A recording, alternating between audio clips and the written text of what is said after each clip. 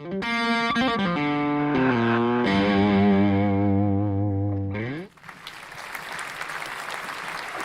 afternoon, everybody. How are you doing? Welcome to class. Welcome to class. Look at that. We've got 9 people here. Hope everybody's doing well today.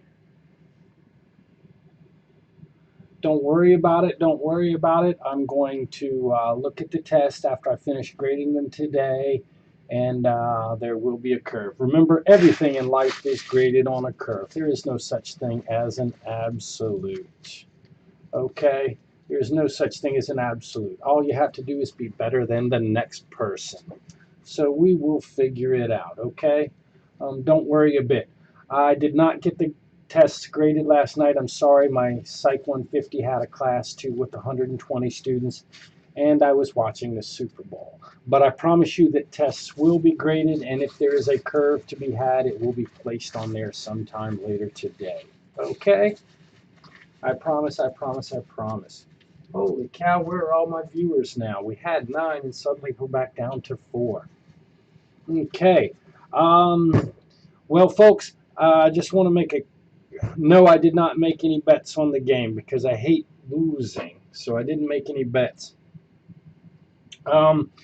My throat is really, really, really starting to hurt now. I lost 5 pounds this week because I can't eat anything solid.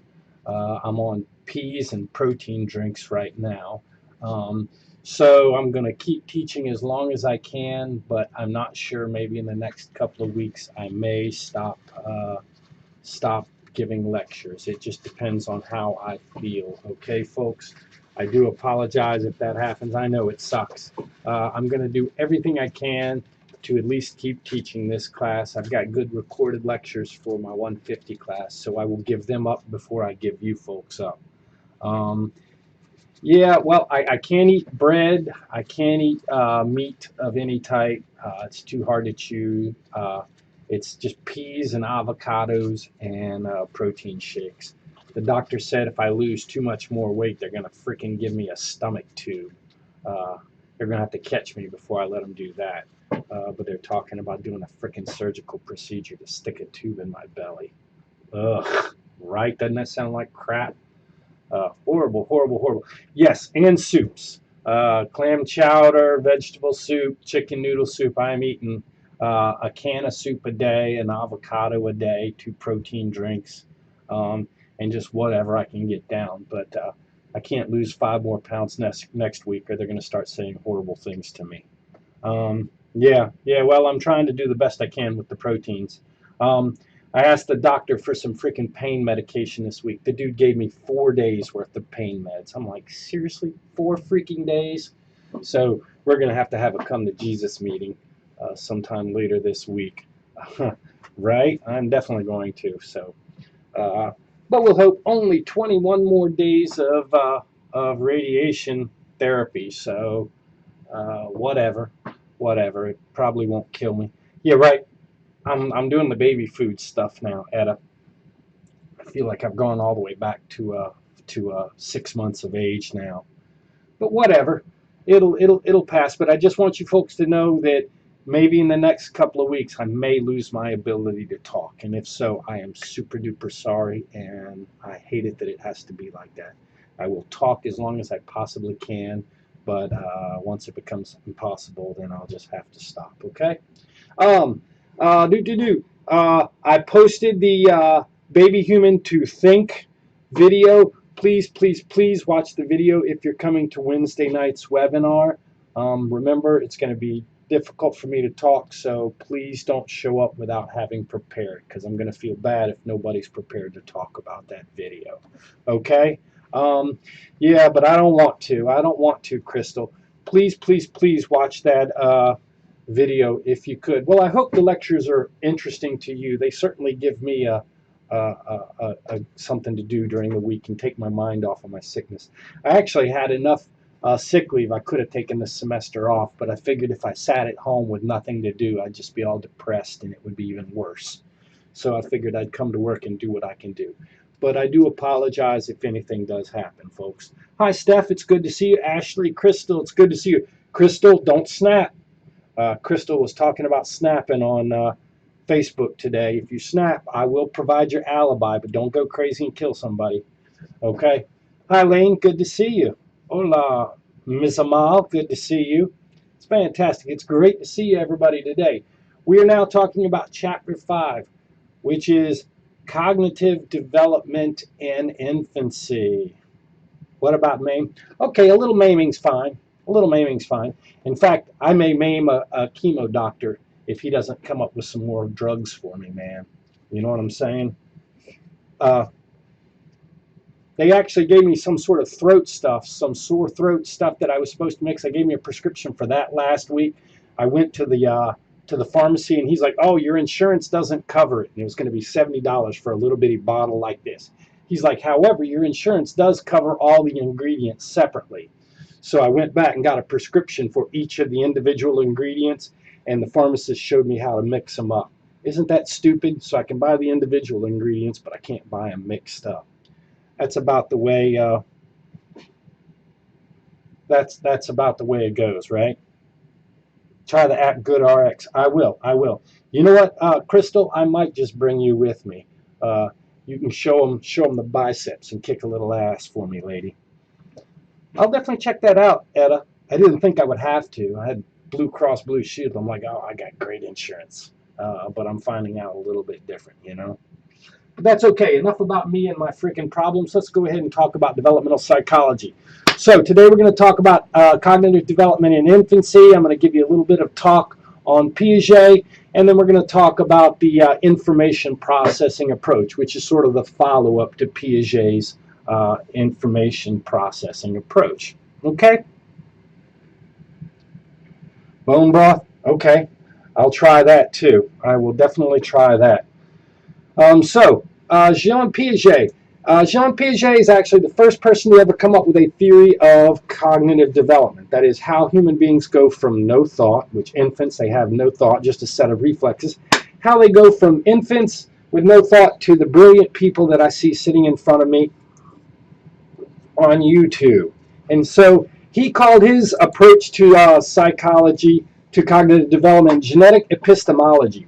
Epistemology is the study of knowledge, and genetic, of course, is the inborn approach. So he sort of had what he called an innate development of knowledge. He thought that human beings sort of went through this maturation process that allowed them to develop their intellectual abilities. Jean Piaget is an amazing person. He actually published his first scientific article at the age of 14 years. He was a 14-year-old when he published his first peer-reviewed scientific article on an albino pigeon he saw.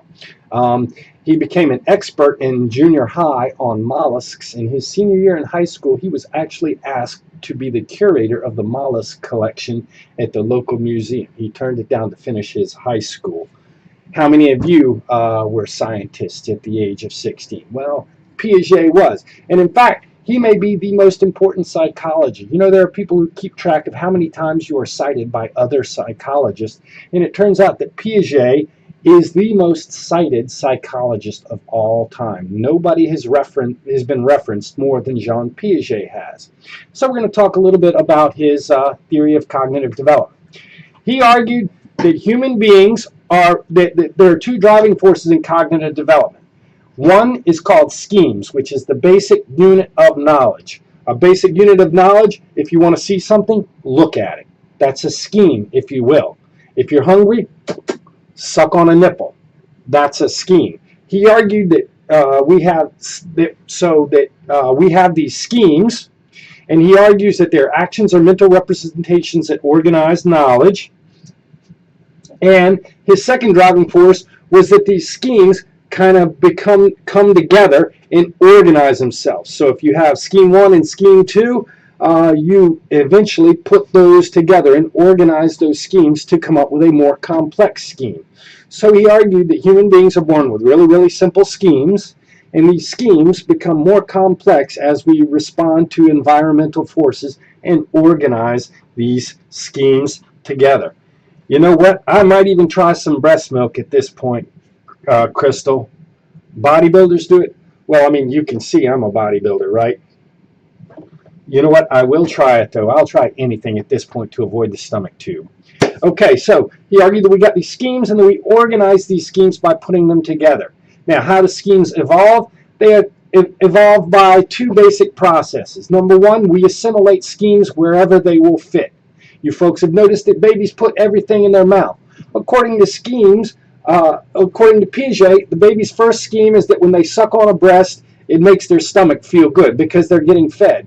He argues they then learn what you would call the sucking scheme. It goes from being a reflex to being a voluntary behavior. And kids then suck on a pacifier. They then suck on their thumb. He argues they then start putting stuff in their mouth because they're trying to figure out where this scheme will work. That's called assimilating a scheme.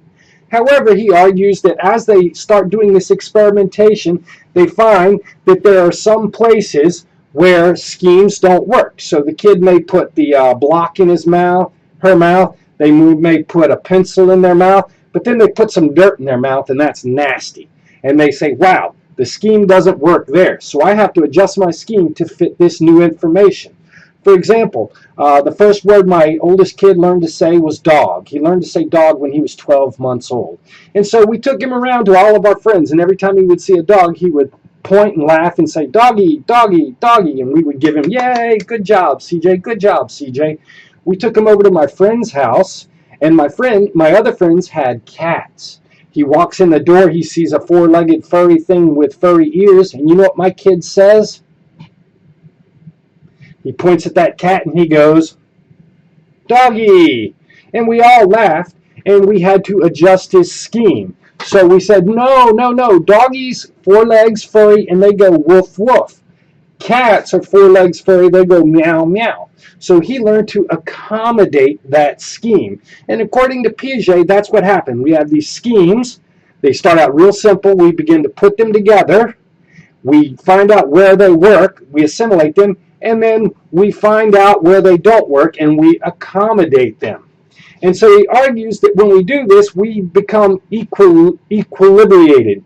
He thought of, in his idea, learning is what he called equilibration. And that's when your schemes work out such that your environment, you're able to use your environment effectively. He called that equilibration. And he argued that we effectively utilize our abilities to operate successfully in our environment. But he argued at certain points in our life, and he argued that there were 4 points of disequilibrium, we find out that our schemes aren't working for us, and then he argued our mind actually evolves. So he argued that equilibration is finding out that our schemes allow us to work in our environment, but our environment becomes so complex that we figure out that the schemes we have developed don't work. And so he argues we actually evolve to a next stage. And he argued that human beings go through disequilibrium,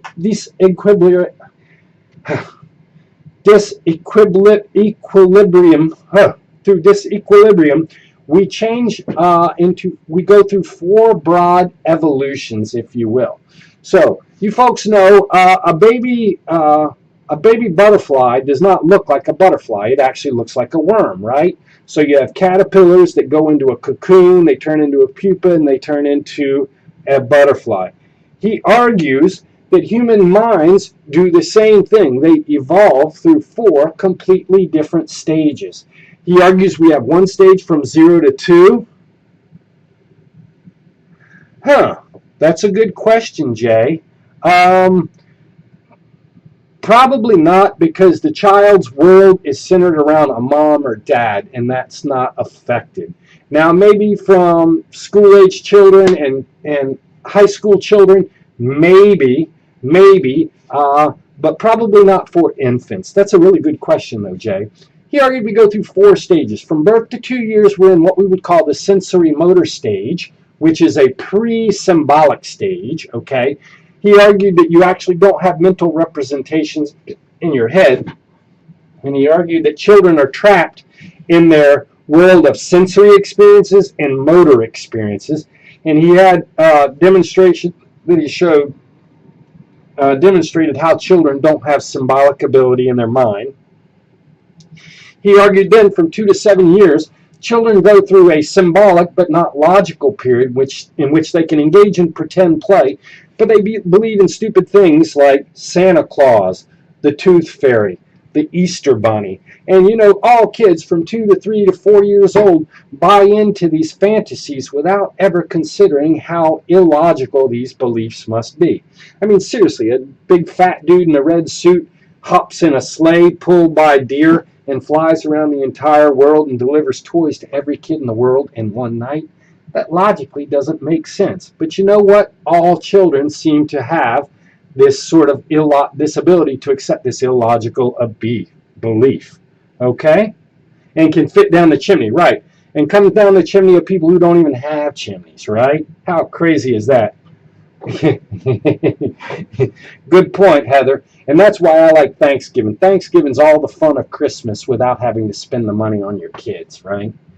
He then argues from 7 to 11, we are in a logical stage, but we're not really good at thinking critically or abstractly.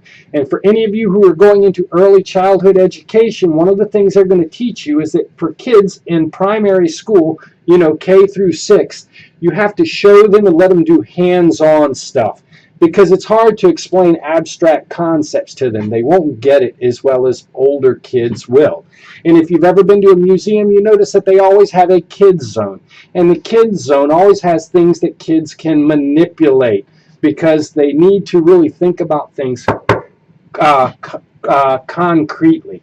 And then he argues from 11 through adulthood, some of us, not all of us, will develop into what he calls the formal operational stage, where we will be able to think critically and abstractly. Now, everybody learns to think critically about the job that they do, because you do it every day, so you get familiar with solving problems in your own world.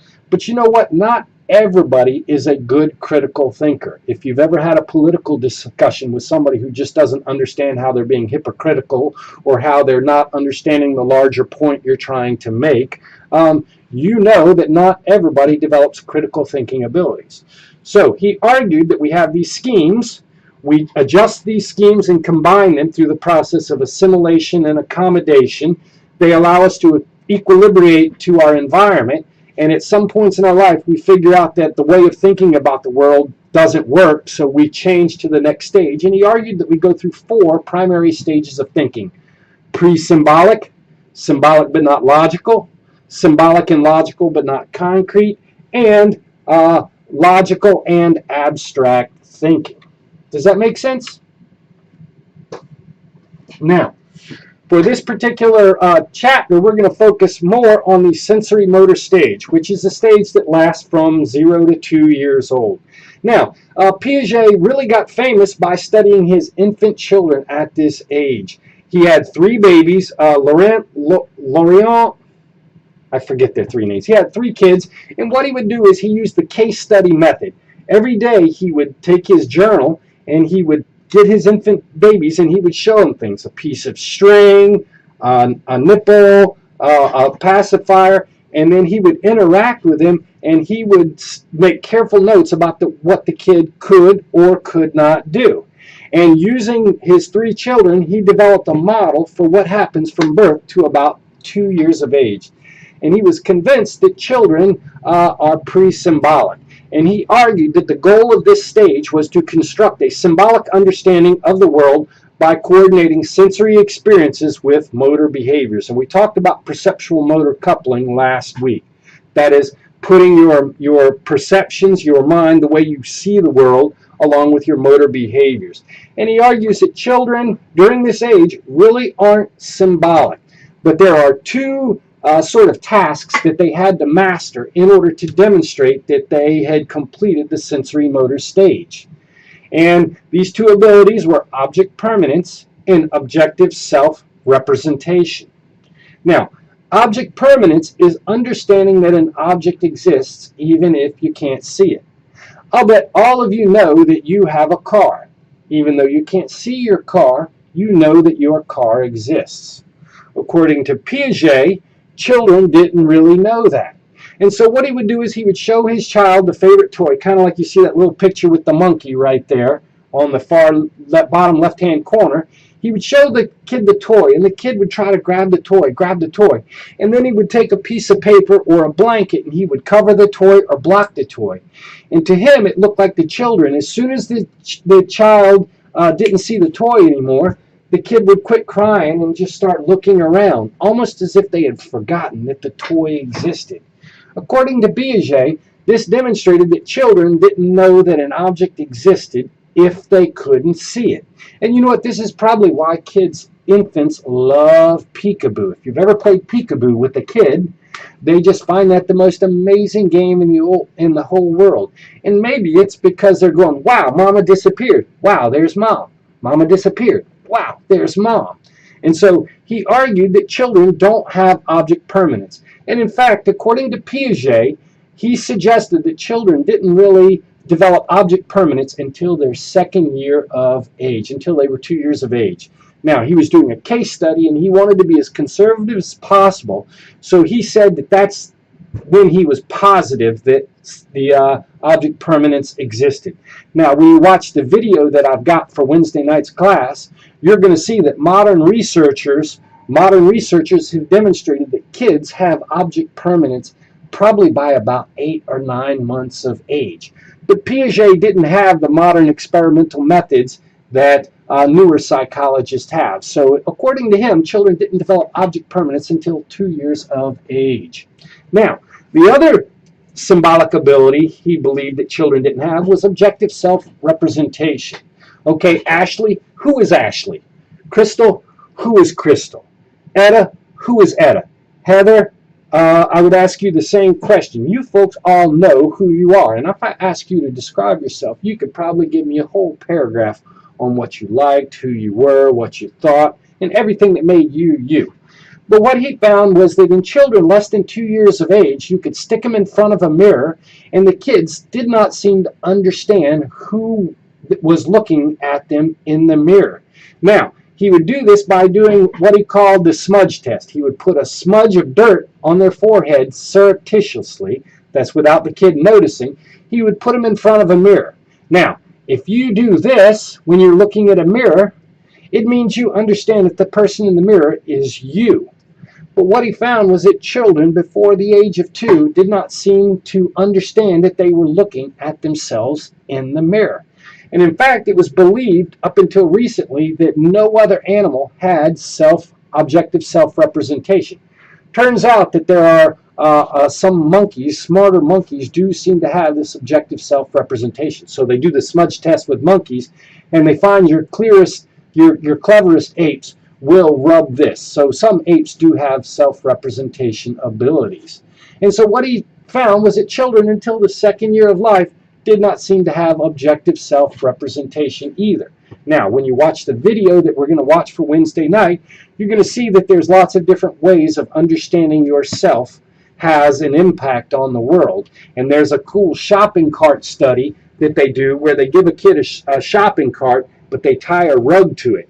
And they put the kid on top of the rug, and the kid will push the shopping cart, but the shopping cart won't move. And until about 2 years of age, the kid doesn't understand that they have to get off the rug before they can push the shopping cart. And so Piaget suggested that children don't have objective self-representation. So what I want you to know is that Piaget argued that humans go through this sensory motor stage where they don't show good symbolic ability. And he argued that there were 2 hallmarks which showed that kids were now through the sensory motor period: object permanence and objective self-representation. And until kids demonstrate those 2 abilities, Piaget would argue that they are in the sensory motor stage. Okay? Funny very funny comment, Crystal. I like your sense of humor. Now, you know, he argued that children sort of evolve through these 6 stages of the sensory motor period. And you know what? I really just want you to focus on summarizing the 6 substages that's right underneath me. He argued that children start out for the first month with nothing but reflexes. Remember we talked about infant reflexes last week? They're just reflexive responses to the environment that you don't think about. But if you'll remember, last week we showed that video where the kid was doing the kicking behavior random, and they had the foot tied to the mobile. And after a few days, the kid learned that kicking their foot moved that mobile. He would argue that that's a kid moving from simple reflexes to the first habits and primary circular reactions. So the kid learns that they can stimulate themselves, right? That I put the thumb in my mouth. Actually, that's other stimulation. But I can put my thumb in my mouth, and that's like a reflexive behavior. But if I put my thumb in my mouth and suck on it, it feels good. It calms me down. That's what we would call conscious self-stimulation. The kid then learns to kick their foot and move the mobile. That's other stimulation. Then the kid combines their schemes and learns how to use an object to stimulate another object, right? They then coordinate complex plans and make the kid may then be sitting at the high chair at the age of 7 months and throw the block on the floor because it makes a neat sound, and it gets mom and dad to pick the block up, which is a fun game to them. And he argued that over the first 2 years, they go from simple reflexes to primary circular reactions to secondary circular reactions to coordinating these secondary circular reactions to tertiary circular reactions, and then they finally internalize these schemes and become what he would call symbolic. Okay? And so this is sort of the Piaget theory. Now, here's the deal. Piaget developed his work in the 20s, 30s, and 40s. He is one of the first people to develop a cognitive development theory. There are some limitations of his theories. Most of his research was done using case study methodologies. He did not do very many experiments. And if you remember from your Intro to Psych class, case study methodology isn't considered as experimentally rigorous as a true experiment, because individuals that you study in a case study may not be representative of the whole world. So he was quite, he didn't have the greatest research methodology. Now, he was also fairly vague regarding specific abilities. He didn't talk about depth perception. He didn't talk about understanding gravity. He didn't talk about understanding solids. He didn't talk about understanding size limitations or depth limitations. He was very, very vague in talking about specific abilities, all right? And when you watch the video that I have for you, you're going to see how modern researchers are very specific about very specific abilities, that logical abilities that kids can do. Do they understand gravity? Do they understand that solid objects can't pass through other solid objects? Do they understand that a big object can't fit in a little object? These are very, very specific abilities that modern cognitive researchers can have studied. And so Piaget was kind of vague in a sense. Now also, what you're going to find is a lot of these researchers are going to counteract exactly what I just told you. I told you that Piaget said kids don't have object permanence until 2 years. This film is going to show you that kids have object permanence as young as 7 and 8 months of age. So he was very, very conservative in his estimates of children. And so kids solve object permanence way earlier than 2 years. Also, Piaget did not value too much about social context and social interaction. He thought of little babies and human beings as being stuck in a vacuum, doing scientific studies on their own. Modern research has shown the value of social context. And we may even talk a little bit about Lev Vygotsky later on this semester, who thought that social interaction was the cornerstone of all learning. Now, in Chapter 5, they're going to focus on the modern cognitive developmental approach. Your book's going to call it the information processing approach, human beings as information processing computers. Some people refer to them as neo-Piagetians. And basically, they use modern methods of data gathering. Remember, we talked about habituation, visual preference, some of these other scientific methods, and true experiments to assess more carefully what infants know. And these modern cognitive developmental researchers focus on the development of specific types of cognitive ability. How do children figure out the number? Did you know that children have a sense of numerical ability by the age of 3 months? Kids understand more than or less than as early as 3 months of age. Kids understand the laws of physics before they're 1 year of age. They understand that big objects can't fit inside of little objects. They understand that objects can't pass through other objects. And so they really they focus on the development of specific types of cognitive abilities. And they focus on the emerging field of developmental cognitive neuroscience. What they do is they use lots of PET scans, CT scans, EEGs to find out what's happening in the brain. Piaget never talked about what was happening in the brain because in 1920 and 1930, nuclear medicine, x-rays, and all that other stuff hadn't been developed yet. And so it was impossible to look inside a brain. But modern cognitive researchers actually look inside the brain to see what's going on inside your frontal lobe, your temporal lobe, and your parietal lobe. If any of you find this stuff interesting, I will direct you to NC State. They have a great cognitive development program over at NC State. I hate to say this, it's probably even a little bit better than UNC Chapel Hills. If you find the stuff that we're talking about this semester, this week, very, very interesting, you might want to go to NC State for your graduate degree. Okay? Now, and in fact, there are some people who would even argue that children sort of have inherent domain-specific knowledge systems. So there are some people who argue that kids are born with a basic understanding of physics and math, and that really the environment just brings these innate abilities out. This is known as the core knowledge approach. This is true. Adults do tend to overthink things, and you know what? I am guilty of that. I spend way too much time in my own head, right? Now, modern infant cognitive research. Let's talk a little bit about the research. I'm going to go over it, but not in too much detail. Really, if you want to get all the detail on this modern infant cognitive research, you really need to watch the video To Think, the Baby Human to Think. I've posted it in the announcements page, and it's also in your weekly discussion folder. Please, please, please watch this video and focus on the research methods and also the logical abilities that they see developing in children. You will find it very, very interesting. Yeah, Jay, that's why some are good at math and some are good at English and literature. It turns out that the left side of your brain is the verbal part of your brain. So those of you who are good at English and literature, you might be a left brain person. It turns out that math, complex math, is really controlled by your right parietal lobe. And so you can think of your really good math students as maybe being your right brain kind of people. I don't know if you knew this, but if you're left-handed, that means your right brain is dominant. And if you're right-handed, that means your left brain is dominant.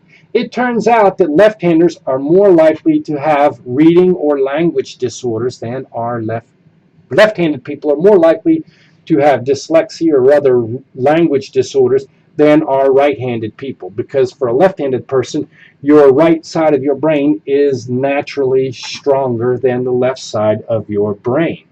So that really sort of gives a little bit of credence to this core knowledge approach. Very good point, Jay. Thank you for bringing that up. What about ambidextrous? You know, if you're ambidextrous, it means that there's less, I forget the word they use. There's less, you're less one-sided than the other. So for me, I am totally not ambidextrous. So I would say that my left hemisphere is way stronger than my right hemisphere. If you're an ambidextrous person, that means that your two hemispheres are more similar in their dominance. Another good point, too. My brother is left and he is having issues at school. It may have to do with the fact that his left hemisphere is not his dominant hemisphere. Very good point, Etta. Wow, you folks are really bringing up some great points today. Thank you.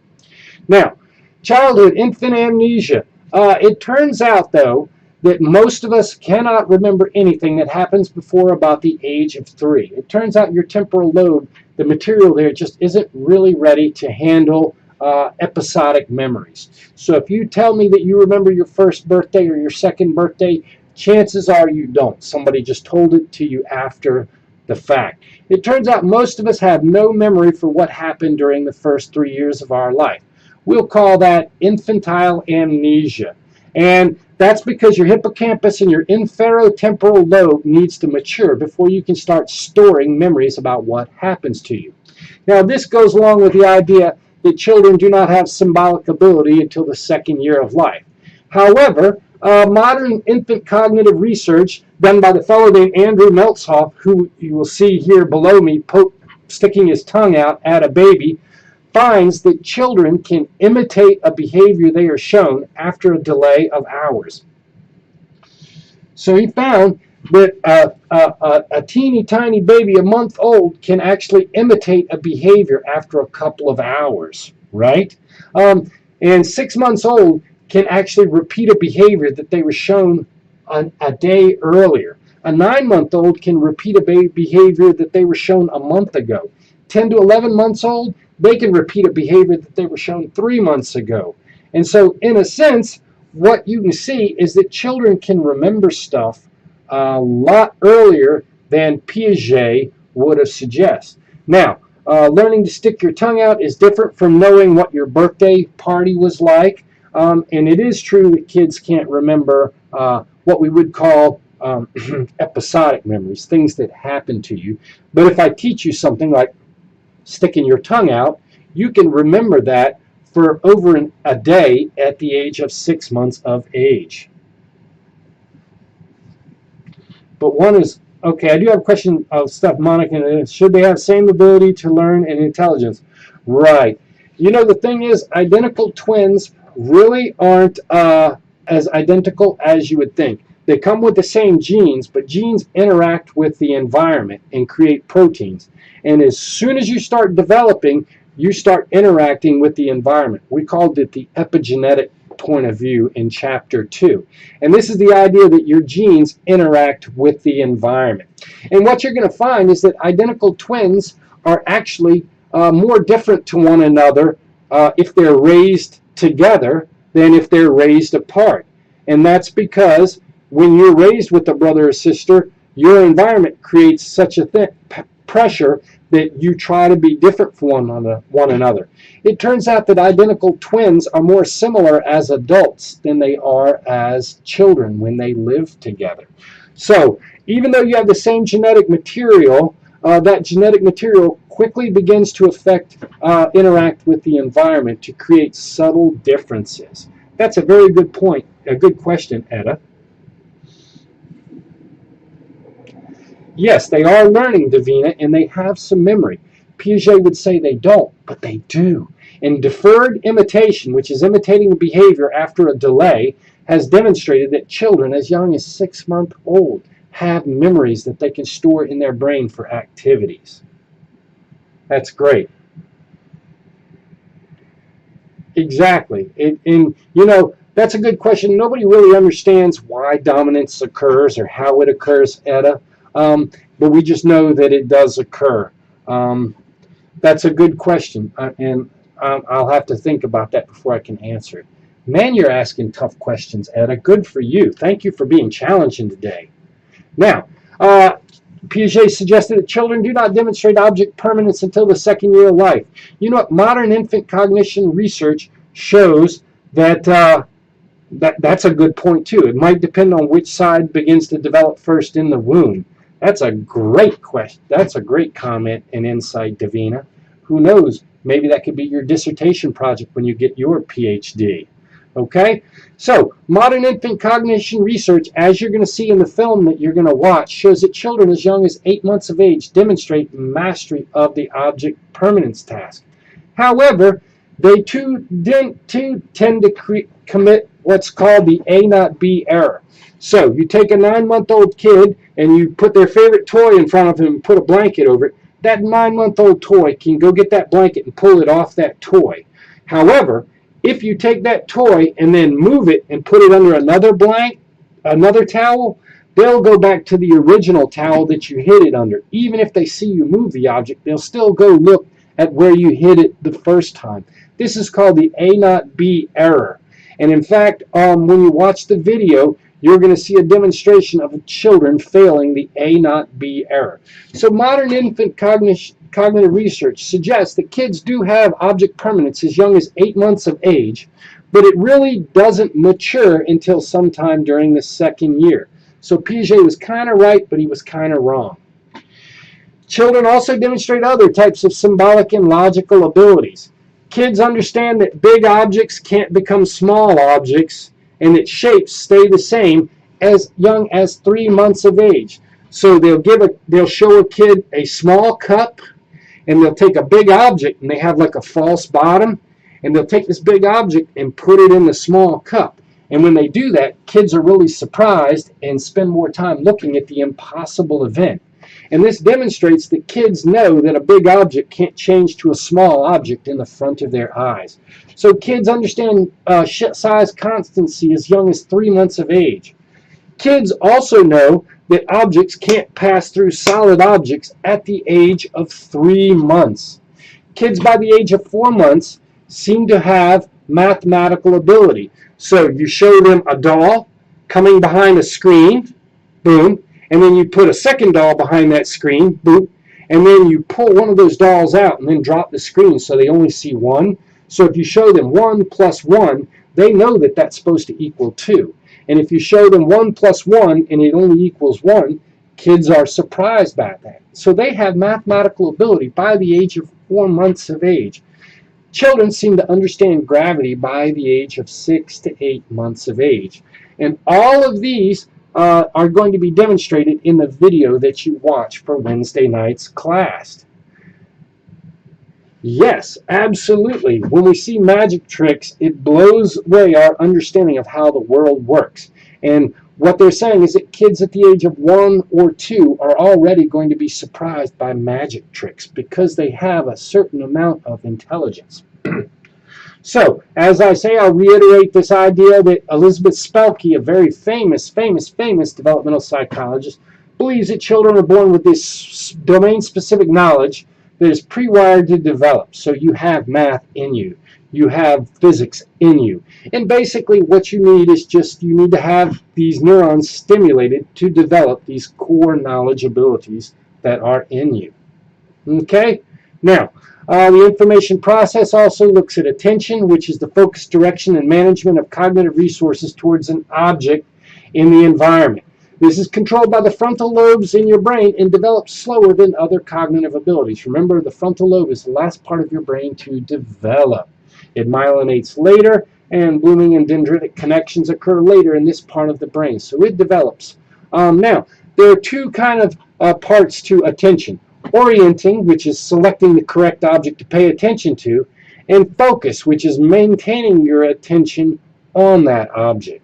Now, children have the ability to select an object and focus for a little bit of time by the age of 3 months of life. And children can even focus on an object for about 5 to 10 seconds. If you've ever had an infant, though, you'll notice that they are not very good at paying attention. Don't spend too much time talking because your kid's going to lose focus. But this ability will continue to improve through the first 2 years of life. Now, kids who have better sustained attention at 10 months are going to be better at self-regulating emotion and behavior at 18 months of age. And so working on focused attention is probably not a bad thing for you to do with your infant child because it's going to help them control their emotions. And controlling your emotions is a very important part to fitting in and being successful in the world. Now, one of the neat things is joint attention. If you look at an object, you're going to probably notice your dog doesn't look at that object with you. But human beings seem to understand the value of looking at what other people are looking at. This is called joint attention. Being able to use visual cues to focus attention on an object with another human being. It is important. It is very, very important for language development. In fact, research has shown that if a mom or a parent names an object but doesn't look at it, the child's not likely to learn the label for that object. In order for your baby to learn the names for things, you have to look at it while you're naming it. And I have a video called The Baby Human to Talk, if anybody is interested in how language develops. But in order for your kid to learn language, they have to see you look at an object as you name the object. The ability to develop joint attention usually emerges around 7 to 8 months. Okay, I will send that.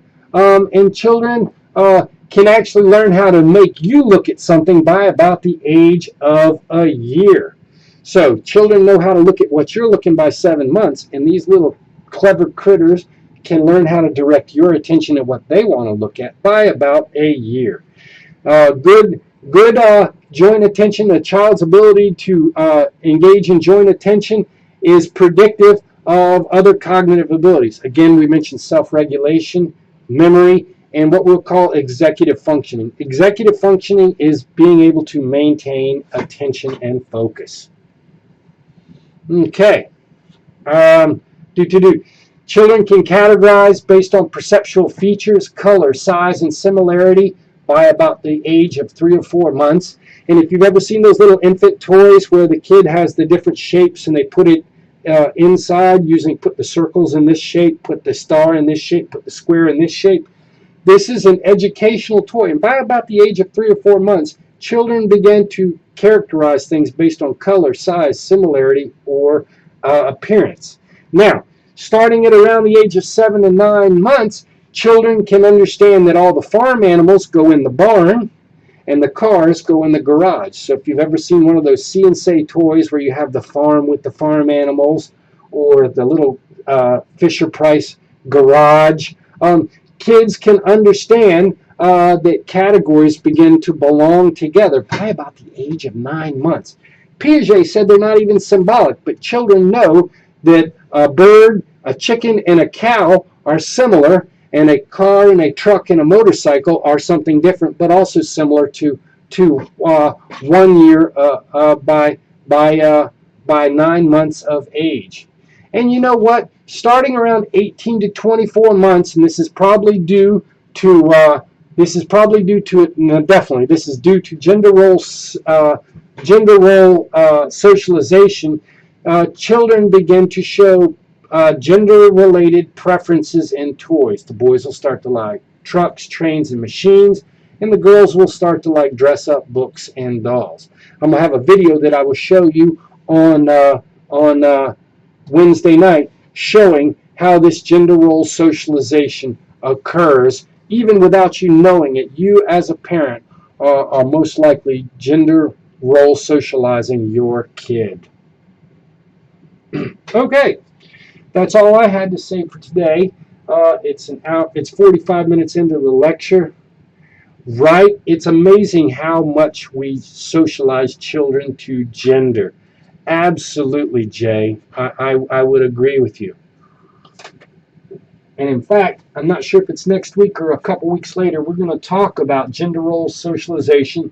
And would you bring up a gender-free kid if you could? Would you bring up a kid and let them figure out what gender meant? Or would you follow what everybody else does in society and teach them what boys know and what girls know? That's an interesting question, and we'll debate that in the Wednesday webinar later on this semester. Okay, that's all I have to say. Does anybody have any questions before we go? Yes, it is. Yes, it is. Good point, Etta.